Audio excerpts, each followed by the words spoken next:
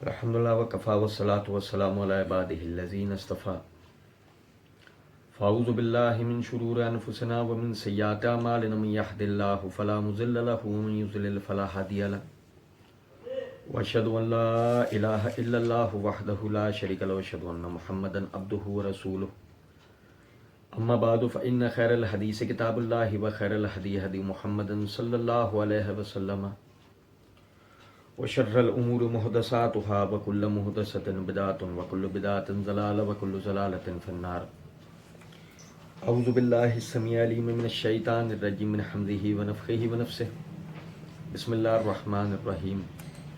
اللہم صلی علی محمد وعلی آل محمد کما صلیت علی ابراہیم وعلی آل ابراہیم انک حمید مجید.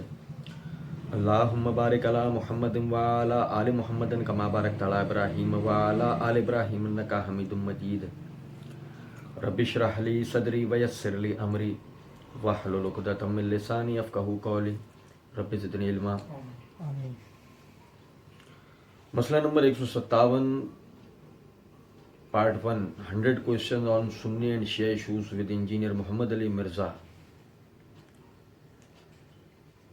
مرزا جی کی اس ریکارڈنگ کے میں جو مرزا جی نے جتنے بھی جو اشکالات و وساوس لوگوں میں پھیلائے اس کے حوالے سے ہم پڑھ رہے تھے اور اس کے ازالے کی کوشش کر رہے تھے اللہ کی دی ہوئی توفیق سے.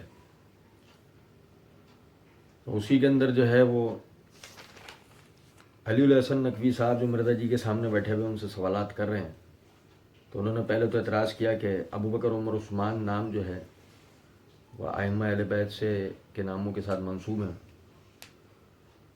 تو اس کے اوپر جو ہے وہ بات کرتے ہوئے مرزا جی جو ہے وہ کہتے ہیں کہ جو صحابہ اکرام ہیں انہوں نے جو ہے وہ یہ نام وغیرہ نہیں رکھے یعنی کہ اہل بیت کے حوالے سے. بہرحال ہم نے اس کی جو ہے وہ تفصیل کو پڑھا تھا. تو اس کے بعد علی الحسن نقوی صاحب سوال کرتے ہیں تو اس میں ضمناً بتاؤں ایک اور بڑی عجیب الٹی دلیل بھی دیتے ہیں. وہ کہتے ہیں جی یہ آپ محبت کی دلیل بھی دیتے ہیں تو یہ شیخین اور خلفائے ثلاثہ کی جو اولادیں ہیں ان میں علی نام نہیں ملتا کسی کا, تو اس کا مطلب ہے پھر آپ کی یہ دلیل کو الٹا کر دیں ہم, یعنی اس قسم کی باتیں کرتے ہیں. تو مرزا صاحب جواب میں کہتے ہیں نہیں, ہاں ٹھیک ہے, مسئلہ یہ ہے کہ اب وہ ان کی اولادوں میں تو خیر میں نے ابھی تک اتنا پورا شجرہ تو بنا کے نہیں دیکھا, وہ معاملات جانے وہ جاتے وہ نام ملتے ہیں یا نہیں ملتے, تو یہ ایسی کوئی دلیل نہیں ہوگی. سیدنا علی سے وہ محبت کیا کرتے تھے, hمارے لیے یہی چیز کافی ہے. اچھا کبھی ہے نا ہمیں ایسی غور کرنا چاہیے. کیا ایسی بات ہے کہ جو یعنی کہ جو یعنی شیعہ وہ اعتراضات ہیں کہ جو باقاعدہ صحابہ اکرام رضوان اللہ علیہ مجمعین پہ ہوتے ہیں تو مرزا جی اس کو بڑے اچھل کر بیان کر رہے ہوتے ہیں اور وہی سارے جناب وہ شیعوں کی تھوکی ہوئی کو چاٹ رہے ہوتے ہیں. لیکن جب اس قسم کی کوئی بات آئے کہ جس کے اوپر ان پر حرف آ جائے یعنی کہ خود وہ اتنی کچی بات شیعہ حضرات کی طرف سے ہو جائے کہ آدمی جو ہے وہ ان کو پکڑ سکتا ہے بڑی آسانی سے, وہاں مرزا جی جو نا ان کو کچھ بھی نہیں آتا. جیسے مرزا جی نے یہاں کہہ دیا کہ اتنا پورا شجرہ تو بنا کے نہیں دیکھا نا میں نے. مرزا جی کیا ایسی بات ہے کہ آپ یا تو آپ یہ سوال کا جواب دیتے ہی نہیں, آپ اس کو ایک طرف کر دیتے. آپ نے ابھی بھی دیا نہیں ہے سوال کا جواب, آپ اسے ایک طرف کر دیتے. لیکن آپ نے پھر بھی اس کے اوپر بھی محنت کی اور جو جواب آپ دینے کے لیے بیٹھے وہ بھی انتہائی عجیب و غریب آپ نے جواب دیا ہے. بہرحال ہم آپ کے لیے آسان کر دیتے ہیں. ہمارا اس کے اوپر بڑا آسان سا سوال اہل تشیع سے ہے کہ حسین رضی اللہ تعالیٰ عنہ کی اولادوں میں کسی کا بھی نام محمد نہیں ہے. کیوں؟ کیا انہیں رسول اللہ صلی اللہ علیہ وسلم سے محبت نہیں تھی؟ اب جو شیعہ حضرات اس کے جواب میں کہیں گے وہ ہماری طرف سے اس اعتراض کا جواب ہو جائے گا. بات محبت کی نہیں ہوتی. دیکھو انہوں نے محبت بھی کی, نام بھی رکھے. محبت میں نام رکھنا نہ رکھنے کی بحث نہیں ہوتی, یہ تو آپ نے ہی ایک الٹی منطق بنائی ہے نا. لیکن یہ ہے کہ اگر بالفرض یہ کہا جائے کہ ہاں بھائی وہ انہوں نے یعنی کہ نام نہیں رکھے تو پھر حسین رضی اللہ عنہ کی اولادوں میں کسی کے بھی نام محمد نہیں. ہاں آپ کے پوتوں میں پر پوتوں میں یہ نام آتے ہیں, آپ کے بھائی کا نام ہے محمد بن حنفیہ, لیکن آپ کی اولادوں میں نہیں ہے. تب اس کے اوپر کیا کہا جائے گا؟ لازمی سی بات ہے, یہ کوئی ایسی بات نہیں ہے. پھر آگے کہتے ہیں کہ سیدنا عمر نے صحیح بخاری میں جو آتا ہے 3700 نمبر حدیث, اپنی وفات کے زخم میں جب 6 رکنی کمیٹی بنائی ہے تو پہلے نمبر پر سیدنا علی کا نام لیا پھر عثمان. ایک طریق میں حضرت عثمان کا نام بھی آتا ہے پہلے, ایک میں حضرت علی کا نام پہلے آتا ہے, تو وہ تو مطلب محبت کرتے تھے. اب دیکھا جائے تو یہ تو کوئی ایسی بات نہیں ہے, یہ تو سیدنا عمر رضی اللہ عنہ کی طرف سے اپنے بعد نامزد کی جانے والی شورا کی فہرست ہے. اس کے بعد کہتے ہیں یہ بالکل جعلی ہے, اور بلکہ انہوں نے تو ام کلثوم کے ساتھ نکاح کی بھی ریکویسٹ کی, اور وہ پھر وہ پوری بھی کی گئی. ٹھیک ہے, تو میں تو قائل ہوں, صحیح بخاری سے ثابت ہے سیدنا عمر کا نکاح ام کلثوم کے ساتھ ہوا ہے. میں نے ضمناً آپ کو بتا دیا ہے, اس کی گہرائی میں نہ جائیو, بس میں ایسے ہی چھوڑتا ہوں. اچھا, بات یہ ہے کہ کیوں آپ نے یعنی اس بات کو ایسے ہی چھوڑ دیا. مرزا جی بتانے پر آئے تو کتابوں کے پورے تعارف دیتے ہیں. مرزا جی بتانے پہ آئے تو اپنے پمفلیٹ کے اوپر ہی مرزا جی نے 15-20 منٹ جو ہے نا وہ یعنی کہ ویڈیو بنا ڈالی. لیکن جب ام کلثوم رضی اللہ تعالی عنہا کا سیدنا عمر سے نکاح والا مسئلہ آیا تو اس کی گہرائی میں نہیں جائیو. کیوں مرزا جی اس کی گہرائی میں کیوں نہ جائیو؟ نمبر 1. نمبر 2, مرزا جی نے اپنی اسی ویڈیو میں کہا ہے تو ایسے لوگوں کی توبہ قبول نہیں ہوگی جو کہتے ہیں نا کہ جی پردے ڈالو. اور اسی ویڈیو میں مرزا جی نے یہ بات کہہ دی, یہ ہے اے کہندے نے اے گلا کرنیاں نہیں چاہی دیاں.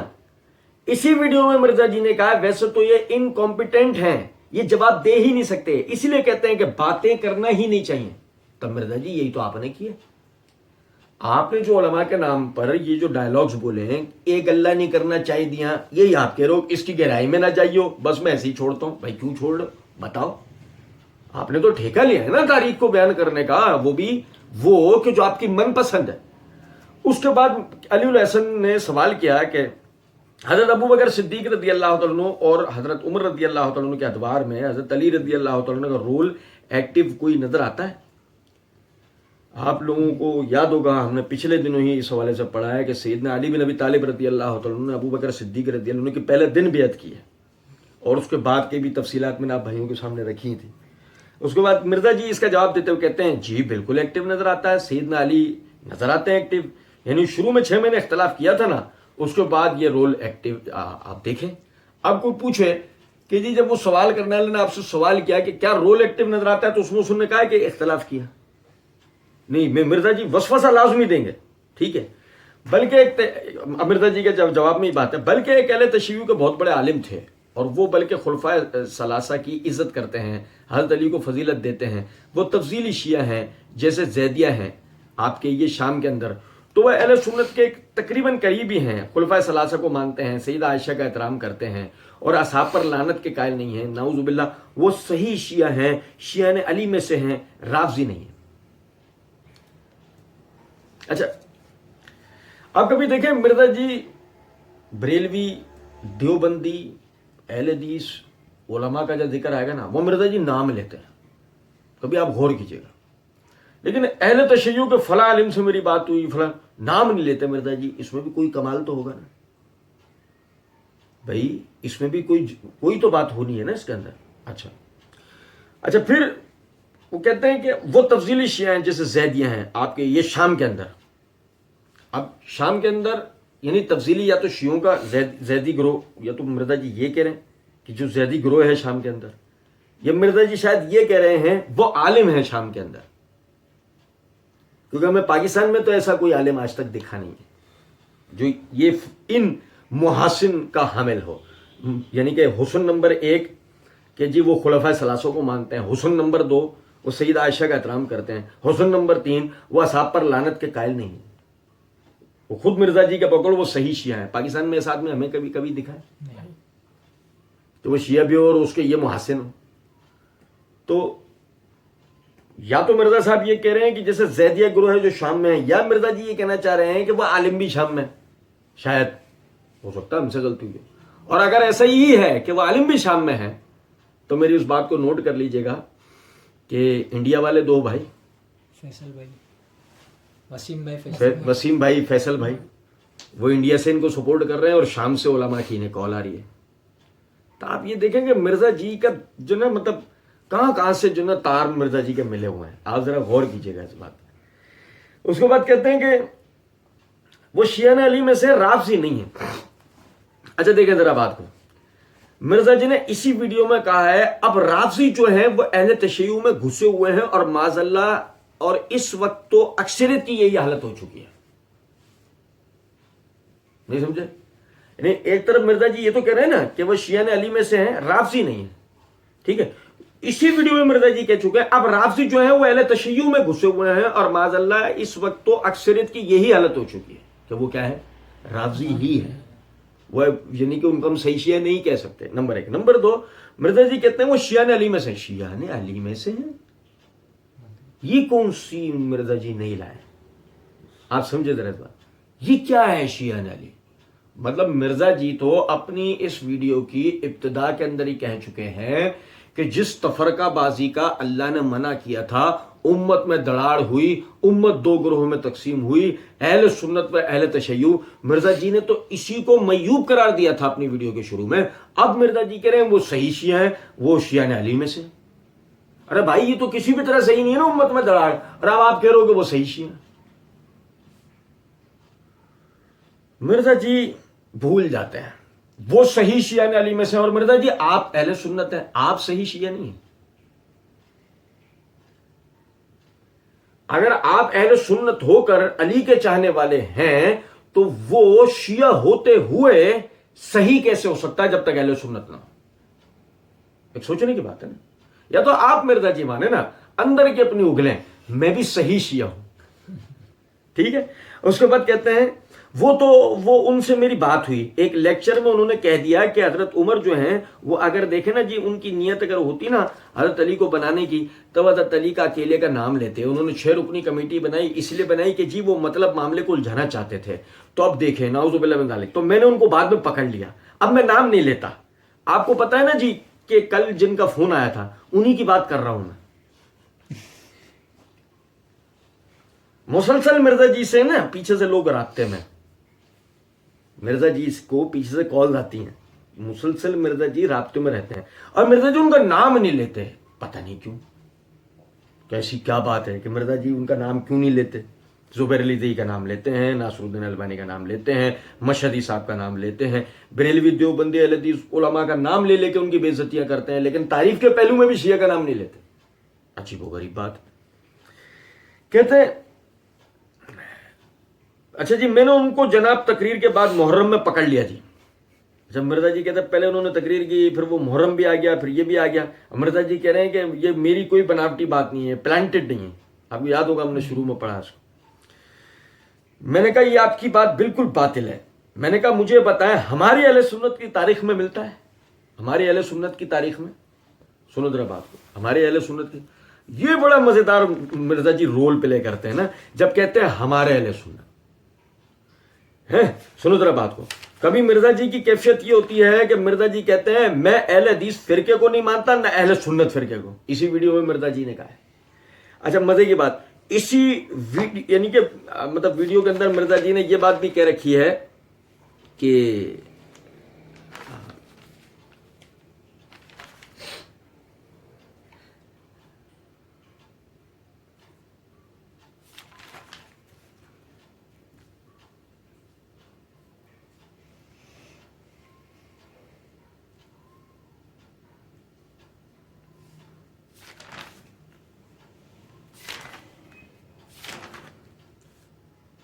بخاری اور مسلم کو چھوڑ کر بزرگوں بابوں کی تاریخ لے کے چلو, حکمرانوں کی لکھوائی بھی, تب ظاہر ہے کہ آپ کی عوام تو نہیں آپ کی بات مانے گی. غور طلب بات ہے نا, یہ تو حکمرانوں کی لکھوائی ہوئی تاریخ تھی مرزا جی, اور اب آپ یہ کہہ رہے ہیں کہ ہماری اہل سنت کی تاریخ میں ملتا ہے. سیدنا عمر کو جب جنگ یرموک میں فتح ہوئی, جنگ قاسیہ میں ہوئی, تو پھر سیدنا عمر نے باقاعدہ انٹرنیشنل وزٹ کیے, شام میں بھی گئے, بیت المقدس کی چابیاں لینے کے لیے بھی, ایران میں بھی سیدنا عمر گئے, اور کوئی فوج ساتھ لے کر نہیں گئے. چند لوگ تھے جو آپ کے ساتھ تھے, آپ کے ساتھی, یعنی ان کا اللہ پر یقین تھا, اللہ زندگی و موت کی حفاظت کرنے والا ہے. تو میں نے کہا بتائیں کہ وہ اپنی جگہ خلیفہ کس کو چھوڑ کر گئے تھے؟ کہتے ہیں جی حضرت علی کو. میں نے کہا ہمارے یہاں بھی ملتا ہے کہ سیدنا علی کو خلیفہ چھوڑ کر گئے تھے. کیوں چھوڑ کر گئے تھے؟ اچھا اب یہ دیکھیں ذرا بات, خلیفہ چھوڑ کر گئے تھے, خلیفہ چھوڑ کر گئے تھے. نہیں سمجھ رہے کچھ بات کو؟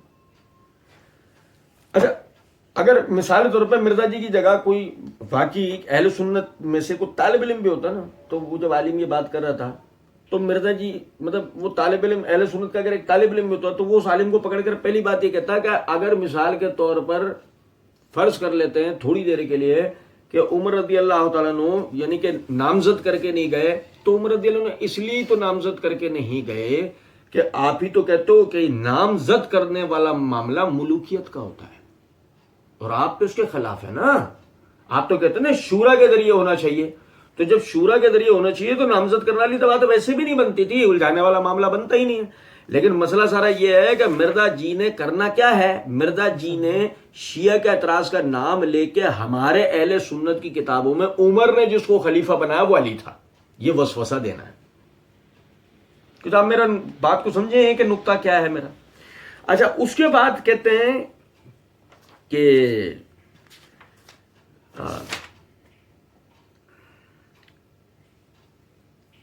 کیوں چھوڑ کر گئے تھے؟ کیونکہ بخاری اور مسلم کی متفق علیہ حدیث ہے کہ جب غزوہ تبوک میں نبی کریم صلی اللہ علیہ وسلم جانے لگے تھے نا، پہلی دفعہ ہوا تھا کہ حضرت علی اس جنگ میں شریک نہیں ہوئے، تو حضرت علی کو آپ صلی اللہ علیہ وسلم اپنی جگہ مدینے میں خلیفہ چھوڑ کر گئے تھے. اب مرزا جی جان بوجھ کر نائب لفظ استعمال نہیں کریں گے، یا لفظ وہی عربی والا استعمال کریں گے خلیفہ، لیکن یہی لفظ علی بن ابی طالب رضی اللہ عنہ، حسن بن علی بن ابی طالب رضی اللہ عنہ کے بعد کسی بھی مسلمانوں کے حکمران کے لیے آ جائے، وہاں مرزا جی اس کو کبھی بھی خلیفہ تسلیم نہیں کریں گے، وہاں بادشاہ کا معنی کریں گے، وہاں امیر کا معنی کریں گے، وہ سلطان کا معنی کریں گے. چلا کے دیکھیں آپ.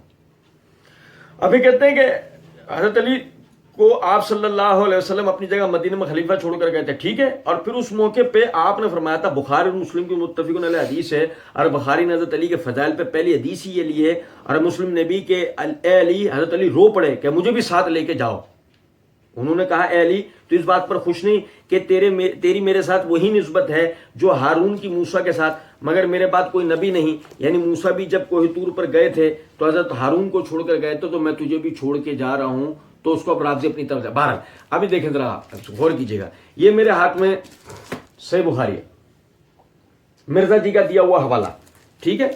اس کی یہ جلد نمبر 5 کا صفحہ نمبر 567 ہے. یہی جو ہے وہ فضائل کے عنوان کے اندر کہ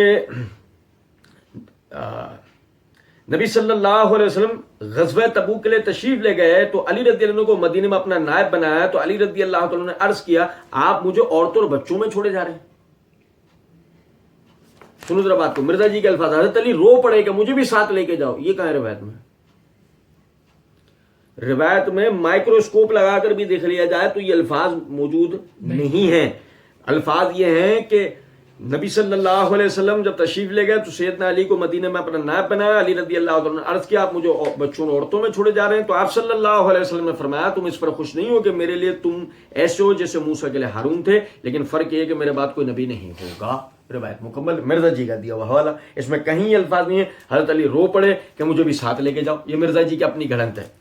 اس کے بعد آپ دیکھیں کہتے ہیں تو اس کو رافضی اپنی طرف لے جاتے ہیں. وہ کہتے ہیں اس سے ثابت ہوا کہ خلیفہ ہے وہ، حالانکہ حضرت ہارون جو حضرت موسیٰ کی زندگی میں فوت ہوئے. ایسی کوئی ایک منٹ مرزا جی، ایک منٹ علی الحسن نقوی نے آپ سے یہ سوال کیا ہے؟ علی الحسن نقوی نے تو آپ سے ایسا کوئی سوال نہیں کیا. غور کر رہے ہیں؟ مرزا جی نے باقاعدہ یعنی کہ جو بات شروع کی تھی وہ ایک تفضیلی شیعہ، ایک صحیح شیعہ عالم سے بات انہوں نے شروع کی تھی کہ آپ کا اعتراض غلط ہے عمر دن. اب وہ تو بات کہ چلی گئی کہیں اور. اب مرزا جی اس کو لے کر جا رہے ہیں کس بات کی طرف کہ دیکھو اس کو راضی اپنی طرف لے جاتے ہیں. بھئی آپ وہ بات کرو نا، وہ جو پہلے بتا رہے تھے وہ کیا تھا، وہ مکمل کیا. پھر آ گیا وہ علامہ صاحب نے آپ کو جواب میں کیا بولا ہے. مشہدی صاحب کے آگے سعودی عرب کے علماء نہیں ٹھہر پاتے، مشہدی صاحب آپ کے سامنے نہیں ٹھہر پاتے، آپ ایک آئیکن ہیں. پڑھا نا میں نے، تو سنیں ذرا بات کو. وہ کہتے ہیں اس سے ثابت ہوا کہ خلیفہ ہیں وہ، حالانکہ حضرت ہارون جو حضرت موسیٰ کی زندگی میں فوت ہوئے ہیں، حضرت ہارون کا خلیفہ موسیٰ ہے.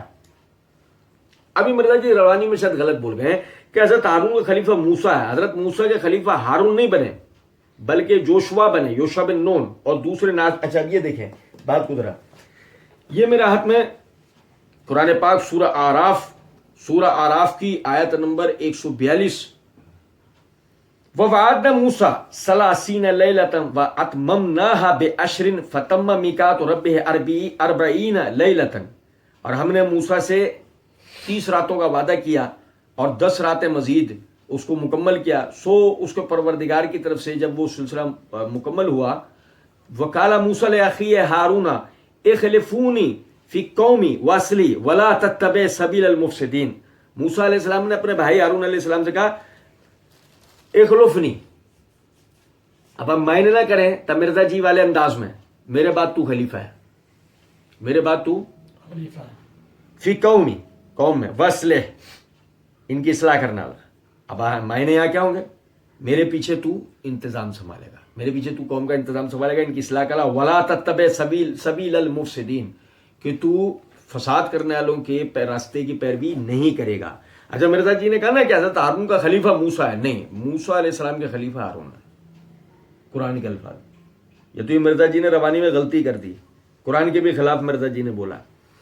اس کے بعد کہتے ہیں اور دوسرے ناس بھی جو ہے ناؤذ باللہ شاہ جی آپ کو پتہ ہے وہ اس سے دوسرا مطلب نکالتا ہے. اچھا اب مرزا جی کا غصہ دیکھیے گا. پہلے جب رافضیوں کی باری تھی نا تو مرزا جی بڑے نرمی سے بول گئے اور رافضی اپنی طرف لے جاتے ہیں، وہ کہتے ہیں اس سے ثابت ہو گیا. اب لیکن ناسبی باری نا، اب دیکھیے گا ذرا مرزا جی کے انداز دیکھیے گا. مرزا جی کہتے ہیں اور دوسرے ناس بھی جو نا ناؤذ باللہ شاہ جی آپ کو پتہ ہے وہ اس سے دوسرا مطلب نکالتے ہیں، اتنے خبیث ہیں یہ. وہ کہتے ہیں جی اس سے پتہ چلا کہ جیسے حضرت موسیٰ چلے گئے اور ہارون کو چھوڑ گئے تو پیچھے امت میں اختلاف پیدا ہو گیا، ٹیلی کی وجہ سے پیچھے اختلاف پیدا ہو جائے گا. دیکھیں ایسے طریقے سے وہ پوائنٹ نکالتے ہیں. کوئی مرزا جی سے پوچھو مرزا جی یہ کون سے والے ناسبی، یہ کس نے بولا ہے؟ اب میری بات سمجھیں، ناسبیوں سے کوئی بعید نہیں، وہ اہل بیت سے بغض رکھنے والی قوم ہے، لیکن آپ سمجھیں اس بات کو، کسی پہ تہمت لگانا بھی صحیح بات نہیں. میں کہوں مرزا جی، میں مرزا جی کے لوگ، مرزا جی قادیانیوں کے ایجنٹ ہیں. آپ ظاہر ہے مرزا جی کے جو مقلدین ہیں وہ فوراً کہیں گے نا یار آپ نے مرزا جی کی طرف ایک ایسی بات منسوب کی ہے جو انہوں نے کبھی اشاروں کنایوں کے اندر بھی نہیں بولی. کہہ سکتے ہیں نا مجھے یہ بات. تو آپ سمجھے ذرا اس بات کو کہ ناسپیوں میں کسی شخص نے اشاروں کنایوں میں بھی یہ بات کی ہو تو مرزا جی اس کا حوالہ دینا. میں اپنی ثوابدید کی بنیاد پر کہتا ہوں یہ اعتراض مرزا کا اپنا گھڑا ہوا ہے، یہ ناسبیوں کا اعتراض نہیں ہے. اتنی کچی اتنی واہیات بات دنیا کے اندر کوئی پاگل سے پاگل آدمی بھی نہیں کر سکتا. ناسبی ٹھیک ہے پاگلوں سے بھی گئے گزرے ہیں لیکن مرزا جی تو سب سے ہی گئے گزرے ہیں نا. نہیں سمجھ رہے بات؟ کہتے ہیں کہ بھائی ٹھیک ہے، میں کہتا ہوں پھر سنیوں کے رافضی اور سنیوں میں گھسے ہوئے ناسبیوں، سنیوں کے رافضی اور سنیوں میں گھسے ہوئے ناسبیوں نے یہ حرکتیں کرنی ہیں تو پھر شیعہ کے گھسے ہوئے رافضی بھی اس طرح کی حرکتیں کرتے ہیں. یہ دونوں جسٹیفائی ہے نا ظاہر ہے؟ نہیں. اب دیکھیں مرزا جی ایسے نہیں. پہلے تو آپ نے ناسبیوں کے نام سے ایک اعتراض بنا کر پیش کیا، پھر آپ نے ہوشیاری کیا کی، آپ نے رافضیوں کی ایک غلط وکالت کی اور آپ کیا کر رہے ہیں دونوں کو جسٹیفائی کرنے کی کوشش کر رہے ہیں. کتنے اطمینان سے مرزا جی کہہ رہے ہیں بھائی ٹھیک ہے، میں کہتا ہوں پھر سنیوں کے رافضی اور سنیوں میں گھسے ہوئے ناسبیوں نے حرکتیں کرنی ہیں تو پھر شیعہ کے گھسے ہوئے رافضی بھی اس طرح کی حرکتیں کرتے ہیں، پھر دونوں جسٹیفائی ہیں نا. ظاہر ہے دونوں نے گمراہی کمانی. نہیں مرزا جی ایسے نہیں. تاریخ گواہ ہے ناسبیوں نے اتنی ضلالتیں نہیں کی ہوں گی، ناسبیوں نے اتنی بدتمیزیاں نہیں کی ہوں گی جتنے رافضیوں نے کیا. اگر ناسبی تھوڑی دیر کے لیے ہم فرض کر لیتے ہیں 5 6 8 9 3 1 اہل بیت میں سے کسی کے بارے میں بدزبانی کرتے ہیں تو رسول اللہ صلی اللہ علیہ وسلم کے 1,60,000 صحابہ کے بارے میں جو ہے رافضی بدزبانی کرتے ہیں تو جرم کس کا بڑا ہے، رافضیوں کا یا ناسبیوں کا؟ دیکھا جائے تو رافضیوں کا ناسبیوں سے بھی بڑا جرم ہے. لیکن یہ آپ کا کہنا دونوں جسٹیفائی ہونا، نہیں، دونوں ہی مجرم ہیں، دونوں ہی کٹہرے میں ہیں، دونوں ہی گمراہ ہیں. فرق صرف اتنا ہے کہ اگر کوئی گمراہی میں بڑھتا ہوا ہے وہ رافضی بڑھتے ہوئے ہیں. مجھے بتائیں کہ تحریف قرآن کا قائل کون سا ناسبی ہے؟ مجھے بتائیں رجعت کا قائل کون سا ناسبی ہے؟ مطلع کا قائل کون سا ناسبی ہے؟ خلفائے ثلاثہ پہ لعنت کون سا کرتا ہے؟ آپ گمراہی میں گنتے چلے جائیں، آپ کو روافظ کے اندر جتنے گمراہ ملیں گے سوال ہی نہیں پیدا ہوتا ہے کہ اس نے نواسب کے اندر مل جائیں. اور اس کے بعد پھر کہتے ہیں کہ وہ تو حدیث پوری ہونی ہے نا جو موقوفاً روایت ہے، سیدنا علی کا اپنا قول ہے اور جب غیبی خبر ہو اور موقوفاً کسی صحابی سے وہ نبی کے بتانے پہ محمول ہوتی ہے، صحیح سند کے ساتھ ہے. فضائل الصحابہ کتاب احمد بن حنبل کی، یہ دیکھو یہ میں تذکرہ کر رہا تھا آپ بھائیوں کے آگے. مرزا جی کہتے ہیں یہ اب جب ضمن آ گیا میں اس کتاب کا بھی تعارف کروا دوں. یہ پہلی دفعہ کتاب الحمدللہ ہمارے جہلم شہر سے چھپی ہے. امام احمد بن حنبل رحمہ اللہ کی کتاب فضائل الصحابہ، دنیا میں فضائل صحابہ کے اوپر سب سے بڑی یہ کتاب ہے. 1903 احادیث سے انٹرنیشنل نمبرنگ کے مطابق، اور یہ تحکیم ایک عرب اسکالر کی تحکیم کے ساتھ چھپی ہوئی ہے. شیخ وصی اللہ بن محمد عباس کی تحکیم کے ساتھ اردو ترجمے کے ساتھ شائع ہو چکی ہے. اس میں وہ صحیح سند کے ساتھ 2 موقوفاً روایات ہیں. اب مرزا جی سے کو روک کے پوچھا مرزا جی ام کلثوم کے بارے میں کیا ہوا تھا؟ وہ آپ کہہ رہے گہرائی میں نہ جائیے، میں یہیں تک چھوڑتا ہوں. ارے بھائی غور طلب نقطہ ہے کہ یہاں پر آپ نے فضائل الصحابہ کا پورا تعارف کرا دیا، یہ تک بتا دیا کہ اس کی تحکیم میں کیا ضرورت تھی. مرزا جی آپ سے کسی نے پوچھا تھا فضائل الصحابہ کی کسی روایت پہ کسی نے کوئی اعتراض کیا؟ کسی نے یہ کہا کہ فضائل الصحابہ احمد بن حنبل رحمۃ اللہ علیہ ثابت نہیں؟ بے وجہ آپ نے اتنی جان لگائی. اس کے بعد آگے کہتے ہیں اس میں وہ صحیح سند کے ساتھ 2 موقوفاً روایات ہیں کہ سیدنا علی رضی اللہ تعالیٰ عنہ وہ علیہ السلام کہتے ہیں کہ میری وجہ سے 2 گروہ گمراہ ہوں گے، اور دوسری روایت ہے کہ میری وجہ سے 2 گروہ دوزخ میں چلے جائیں گے نعوذ باللہ. ایک میری محبت میں غلو کر کے اور ایک دشمنی میں، یعنی رافضی اور ناسبی. ابھی سنیں ذرا بات کو نا. ایک غور طلب نقطہ ہے، ناسبیوں کا تو ہمیں تعارف کرانے کی ضرورت نہیں. مرزا جی کے مقلدین سب اچھی طریقے سے جانتے ہیں، اور میری اس کے اوپر ایک ویڈیو ہے مکمل کہ ناسبی کون ہوتے ہیں، تو وہ دیکھی جا سکتی ہے. لیکن میں یہاں پر ایک نقطہ آپ کو بتاتا چاہوں. یہ میرے ہاتھ میں شیخ زبیر علی زئی رحمہ اللہ کی یہ فتاوی علمیہ المعروف توضیح الاحکام ہے. یہ توضیح الاحکام کی یہ پہلی جلد ہے، اور اس کی جلد نمبر 1 کا صفحہ نمبر 139 ہے.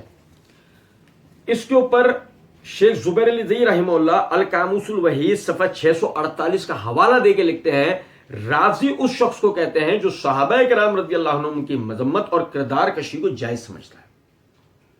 صحابہ کرام کی مذمت اور کردار کشی کو جائز سمجھتا ہے. مجھے ایمانداری سے ایک بات بتائیں، مرزا جی سیدنا عثمان رضی اللہ عنہ کی کردار کشی نہیں کرتے؟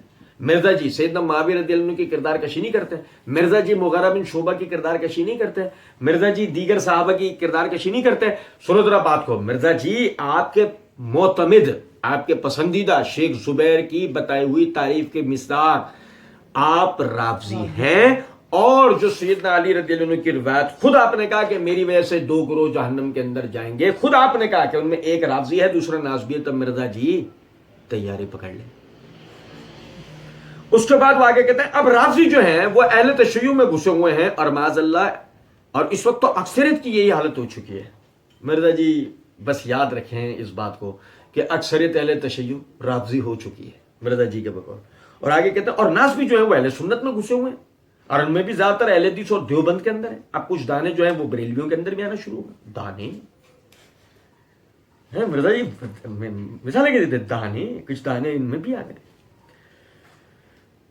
تو یہ دونوں طرف ایکسٹریم رویے موجود ہیں. تو یہ انہی کی وجہ سے سارے معاملات جو ہیں بگڑ رہے ہیں. اچھا مرزا جی یہ ان کی وجہ سے معاملات بگڑ رہے ہیں اور آپ اصلاح کر رہے ہیں، آپ سدھار رہے ہیں. آپ کی ویڈیو دیکھ کر لوگ سدھرے یا لوگ صحابہ کرام رضوان اللہ علیہ مجمعین سے متنفر ہوئے ہیں، لوگ اپنے ہیروز سے متنفر ہوئے ہیں. معاملات ان کی وجہ سے بگڑ رہے ہیں اور چوچو آپ کی وجہ سے اصلاح ہو رہی ہے. کہتے ہیں تو اس حدیث کو اس طرف لے آتے ہیں کہ جی افتراق امت میں آ گیا، وہ حضرت موسیٰ علیہ السلام اور ہارون علیہ السلام والا معاملہ. تو میں وہ حدیث بیان کی کہ وہ حدیث تھی کہ مجھے سیدنا عمر فاروق رضی اللہ تعالیٰ عنہ اس حدیث کی بنیاد پہ جب رومن امپائر فتح ہوئی یا پرشین امپائر فتح ہوئی تو وہ اس لیے حضرت علی کو خلیفہ بنا کر گئے. تبوک والی سنت پہ اگر میں نے ان کو کہا کہ سیدنا عمر شہید ہو جاتے ہیں تو آٹومیٹیکلی حضرت علی خلیفہ ہوتے ہیں.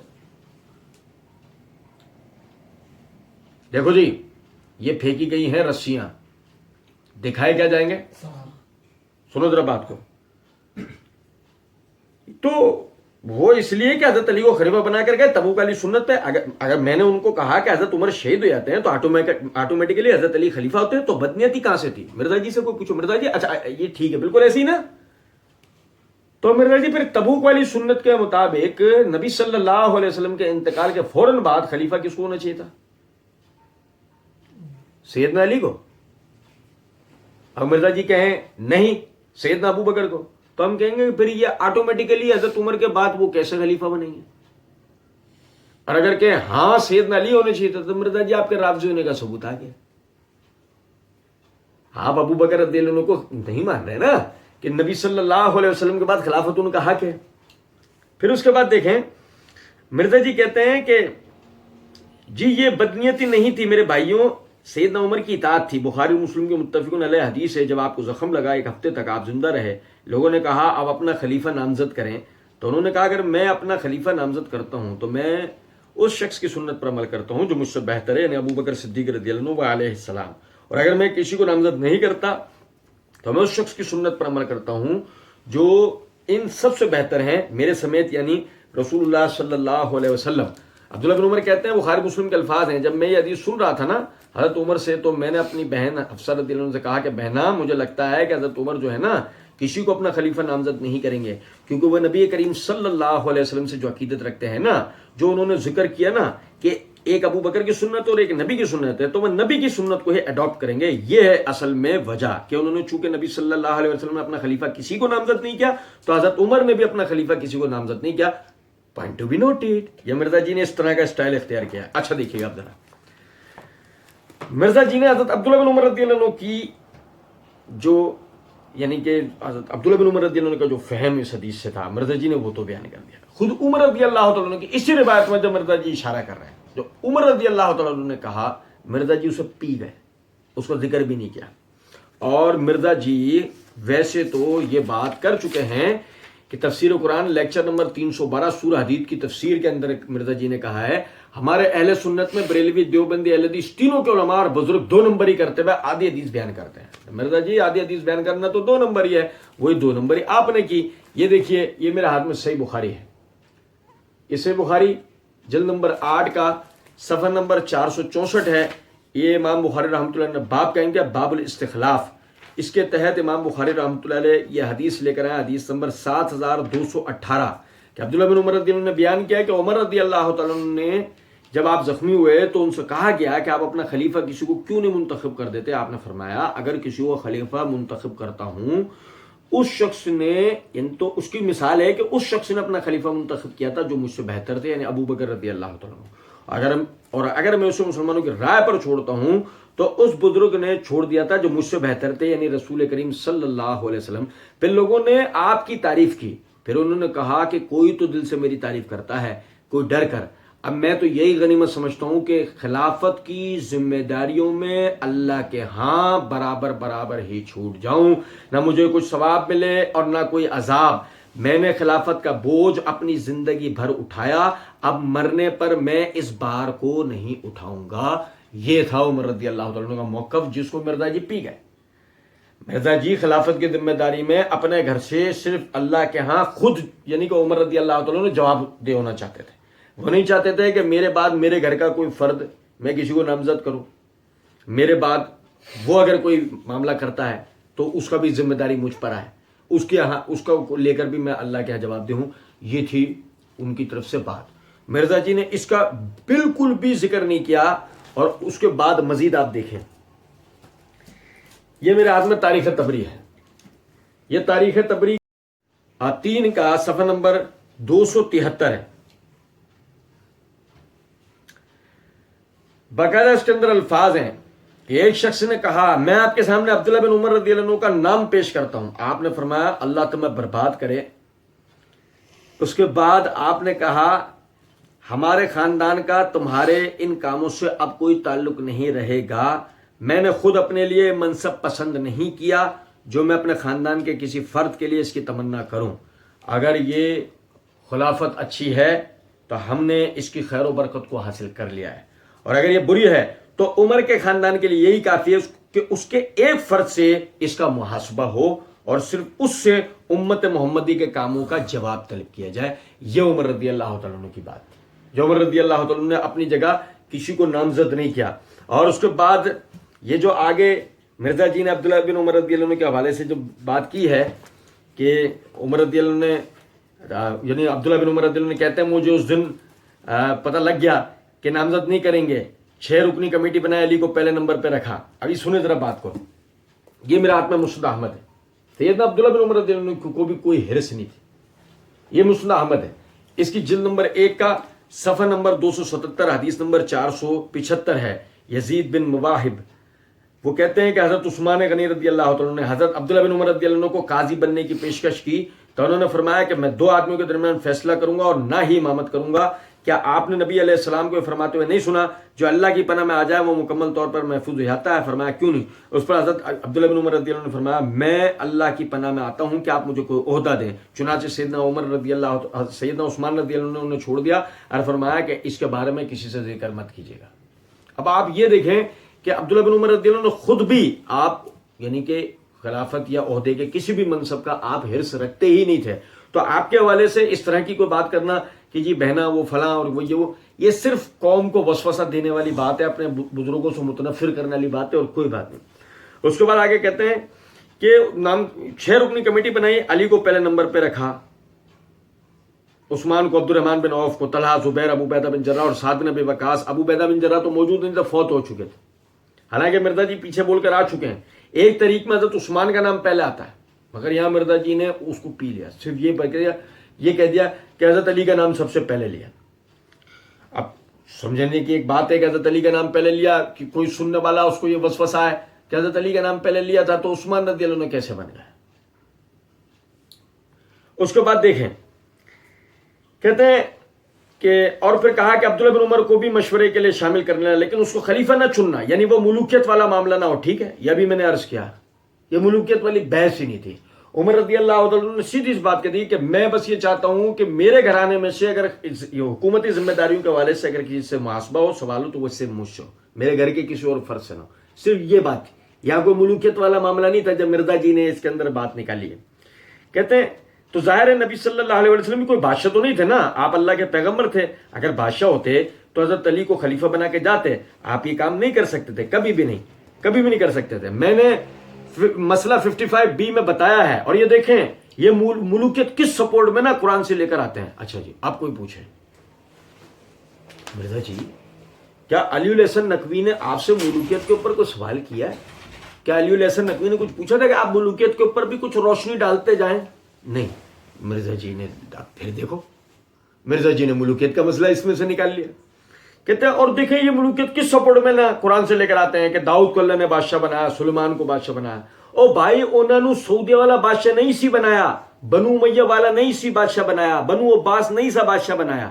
حضرت داؤد علیہ السلام, حضرت سلیمان علیہ السلام کو یا طالوت کو وہ وہی کے ذریعے بنا گئے تھے. ان کو آپ ان بادشاہوں کے ساتھ کمپیئر کرتے ہیں, بنو امیہ کے بدماشوں کے ساتھ. آپ سمجھے ذرا بات. اصل میں کیا ہے, بنو امیہ کے بدماش ہوں یا نہ ہوں, ایک انتہائی غیر ذمہ دار, انتہائی بد کردار, انتہائی بد سلیقہ, انتہائی بدتمیز, انتہائی بے غیرت ہے محمد علی مرزا, کہ جس کی حالت یہ ہے کہ آپ یہ دیکھیں اس کے منہ سے کبھی یہودیوں عیسائیوں کے لیے, کبھی مشرکوں مجوسیوں کے لیے, کبھی قادیانیوں مرزائیوں پرویزیوں کے لیے یہ بدماشوں اس طرح کی بدتمیزی والا لفظ نہیں نکلا ہوا, مگر امت کے حکمرانوں, امت کے بزرگوں کے لیے, ایسے لوگوں کے لیے جن کے کارنامے ہیں, ان کی زندگیوں میں سے ان کے عیب بیان کرنے والا یہ جنگلی, آپ سمجھے ذرا اس بات کو, یہ اتنا بدتمیز جاہل آدمی ہے کہ یہ باقاعدہ کہہ رہا ہے او بھائی وہ کیا کہ جی میں نے بتایا کہ یہ قرآن سے لے کر آتے ہیں ملوکیت کی سپورٹ میں, داؤد کو اللہ نے بادشاہ بنا, سلیمان کو بادشاہ بنا. تب مرزا جی ملوکیت غلط ہو گئی کیا؟ مرزا جی آپ نے یہ تو نکال لی بات, او بھائی انہوں نے سعودی والا بادشاہ نہیں سی بنایا. سعودیہ والا مرزا جی آپ یوں بھی تو کہہ سکتے تھے ایران والا. آپ نے بڑی زبردست طریقے سے سعودیہ کا نام لے لیا, ایران کا نام لے لیا مرزا جی. ہاں وہ وجہ ہے نا اس کی, سعودیہ سے فنڈنگ رک جاتی نا آپ کی, بات سیدھی سی ہے. کہتے ہیں او بنو امیہ والا نہیں سی بادشاہ بنایا, بنو عباس نہیں سی بادشاہ بنایا. کیوں؟ فاطمی کیوں نہیں کہہ دیا, علوی کیوں نہیں کہہ دیا مرزا جی؟ اچھا پھر اس کے بعد ایک اور دیکھیں غور طلب نکتہ ہے کہ یہ سب کہنے کے بعد بھی مرزا جی کیا آپ ملوکیت کو جائز مان گئے؟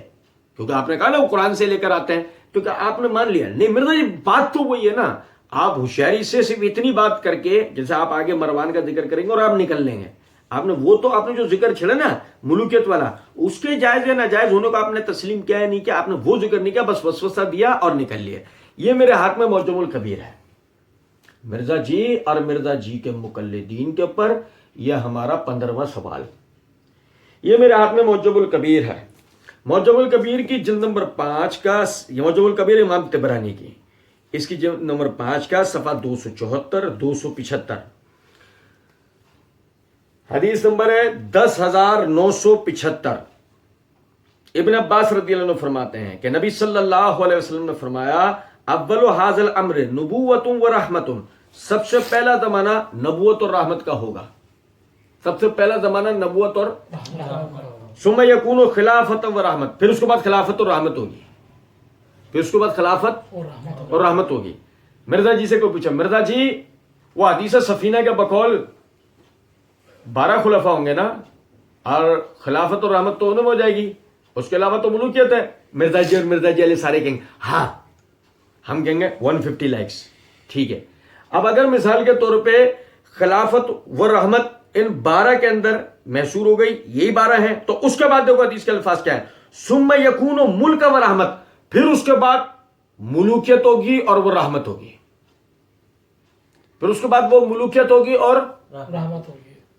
تو مرزا جی بقول آپ کے وہ 12 کے علاوہ جو ملوک ہیں، جو بادشاہان اسلام ہیں، اگر مثال کے طور پہ دیکھا جائے تو جس ملوکیت کو آپ کہہ رہے ہیں غلط، جس میں آپ نے ڈائریکٹ بنو امیہ کا نام لیا، جب آپ نے بنو امیہ کا نام لیا تو اس میں سب سے پہلے بنو امیہ میں عثمان رضی اللہ تعالیٰ عنہ خلیفہ بنے تھے.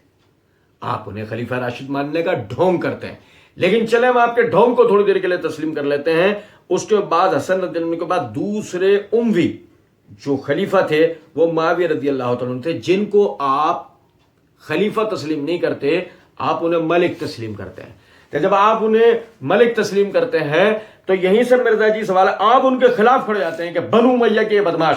تو مرزا جی بنو امیہ کے بدماش نہیں تھے. ثم یکون ملک و رحمتن، پھر ملوکیت ہوگی اور رحمت ہوگی. حدیث کے اندر تو ملوکیت کو بھی رحمت کہا، بلکہ اس سے آگے بڑھ کے فرمایا ثم یکون امارتن و رحمتن، اس کے بعد امیر ہوں گے اور وہ رحمت والا زمانہ ہوگا. یعنی پہلے نبوت والا زمانہ ہوگا، نبوت اور رحمت والا، پھر خلافت اور رحمت والا زمانہ ہوگا، پھر ملوکیت اور رحمت والا زمانہ ہوگا، پھر امیروں کا، جہاد کے امیروں کا اور رحمت والا زمانہ ہوگا. حدیث میں تو مرزا جی یہ الفاظ ہے، لیکن آپ کا میت نہیں اڑ جاتی ہے اگر آپ اس حدیث کو سنا دیتے، اگر آپ کے علم میں تھی تو. اور یا پھر یہ ممکن ہے جن لوگوں نے آپ کو ڈکٹیشن دیا،